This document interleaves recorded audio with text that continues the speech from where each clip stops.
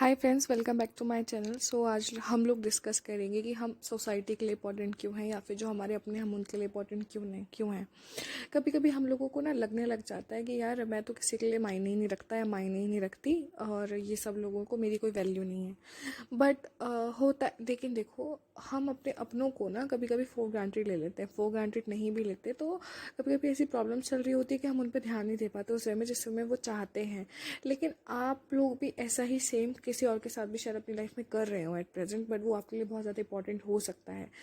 तो इसलिए कभी भी अपनी लाइफ में ऐसा नहीं सोचना चाहिए कि यार वो मुझे वैल्यू नहीं करते या फिर एनीथिंग लाइक दैट। तो ऐसा नहीं होता, वो अपनी अपनी जर्नी से होके गुजर रहे होते हैं। लेकिन फिर भी, और कभी कभी ऐसा भी तो होता है ना कि जब कोई इंसान आपकी लाइफ से मिस हो जाता है, वो आपको मिलता नहीं, दिखता नहीं, तो उसके बाद उसकी वैल्यू का पता लगता है, उसके बाद आपको एहसास होता है आपने उसके साथ क्या किया। तो यही सब है, ये लाइफ ऑफ चक्र है। अगर आप अपनी रिश्तों में मतलब इंटेंशन से प्योर हैं तो कभी भी कुछ भी गलत नहीं होगा। Intention is the last karma. Okay, karma का जो रिजल्ट है वो आपकी इंटेंशन होता है basically, and it is a correct and a experience thing, and it is written in Bhagavad Gita as well. So चलो वो सब छोड़िए। अब हम लोग बात में आ जाते हैं कि आप सोसाइटी के लिए इम्पोर्टेंट कैसे हैं, क्यों हैं। तो इसका एक छोटा सा सार मैं आप लोगों को देना चाहूँगी। इसके लिए हम और गहराई में बात करेंगे किस दिन, बट आज मैं एक छोटी सी बात से इस चीज़ को प्रूव करना चाहूँगी कि हम सबको भगवान ने बनाया है, ये सब हम लोग जानते हैं। तो किसी भी चीज़, कोई भी चीज़ यहाँ पे एक्स्ट्रा नहीं है और वेस्ट नहीं है। हर एक चीज़ के अंदर एक यूनिक एलिमेंट प्रेजेंट है, डेट इज़ अ सोल। तो आपके अंदर एक यूनिक चीज़ है, हर एक के अंदर अपनी अपनी एबिलिटीज़ है। लाइक ये एग्जाम्पल तो आपने बहुत बार सुना होगा, मछली को तैरना आता है तो छिपकली को या मेंढक को, ठीक है, चलना आता है, या फिर लैंड के वो प्राणी होते हैं। तो हर एक की अपनी अपनी एबिलिटी होती है। तो ऐसे ही कहते हैं कि कोई भी औषधि, कोई भी पौधा वेस्ट नहीं होता, वो हमेशा अपने जो उसकी डिजीज है उसको क्योर करने में काम आएगा ही। लेकिन वो बात अलग है कि हर एक का अपना एक वक्त होता है, वक्त वक्त पे हमें पता लगता है। अब हमारे घर में भी कितनी सी चीज़ें हैं ना जिनको आप सोचते हैं वेस्ट हैं या फिर ये हमारे काम की नहीं है, बट जैसे ज़रूरत पड़ती है वैसे क्लिक होता है, यार ये चीज़ मेरे इस काम आ सकती है। ऐसे ही टाइम आने पे पता लगता है कि कौन कितना कीमती है, किसकी क्या वैल्यू है, किसका क्या रोल है, किसका अंदर क्या यूनिक एलिमेंट है। तो हर एक चीज़ को टाइम लगता है। तो इसलिए stay positive, believe in God and do the right thing, and please garnish and furnish yourself. You are also, and मतलब आप भी एक ऐसी चीज़ हैं जिसको मतलब कि गार्निशमेंट की ज़रूरत होती है। मतलब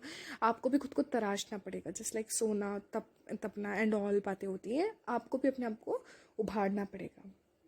तो एक छोटा सा एग्जाम्पल था, जस्ट लाइक कोई भी औषधि या फिर पौधा वेस्ट नहीं होता, इसी प्रकार इस दुनिया में हर एक कोई, आप सबको पता है हम लोग सोल है, एनर्जी है। तो एनर्जी का एक सबसे बड़ा लो है, डेट इज़ बैलेंस्ड एनर्जी। तो हर चीज़ मतलब बैलेंस कर रही है कहीं ना कहीं, किसी न किसी चीज़ को। तो एंड इक्विबिलियम एक साइंस में होता है हमारा, वो कांस्टेंट एनर्जी को बोलते हैं कि वो एक बैलेंस बनाता है केमिकल रिएक्शंस में। तो just like that this all energy is constant. आपने मतलब साइंस में भी पढ़ा होगा कि न्यूटन का लॉ है कि energy neither be created not be destroyed. तो ये साइंस का एक बहुत बड़ा लॉ है।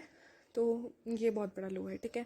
तो इसका मतलब जो एनर्जी प्रेजेंट है पूरे ब्रह्मांड में वो सेम रहती है, वो कभी बदलती नहीं है। वो सिर्फ ट्रांसफॉर्म हो सकती है, लेकिन वो कभी भी घटती या बढ़ती नहीं है।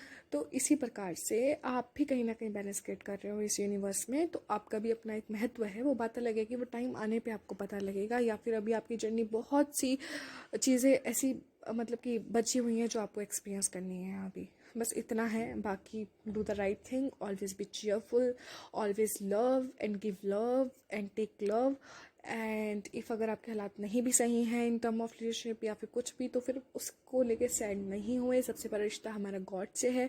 हर एक चीज़ की एक टाइमिंग होती है, सब कुछ सही होगा at last, and everything is temporary. ये भी मत भूलें, इतना को संजोने की कोशिश मत करें एक ही पल में कि वो सब किसी काम का न रहे।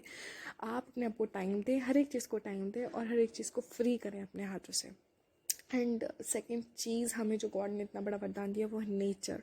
उसमें जाएं, उसमें खेलें कूदें। जो लोग आपको लगता है आपसे जिनकी शिकायतें, उन्हें भी लेकर जाएं। एक ट्रांसफॉर्मेशन लाएं, कोशिश करें, बट उस कोशिश में ज़ोर ज़बरदस्ती ना करें। कोई भी चीज़ ज़ोर ज़बरदस्ती से नहीं होती। कुछ भी चीज़ कंट्रोल करने की कोशिश ना करें, उस चीज़ को हमेशा फ्री छोड़ें, गो विद द फ्लो। तब आप लोग खुश रहेंगे। And wait for your right time, and please मेहनत करते रहिए इतने अपने ऊपर, लेकिन कोई भी चीज़ कंट्रोल नहीं करनी है, हर चीज़ को अपने हाथ पे छोड़ दें। धन्यवाद।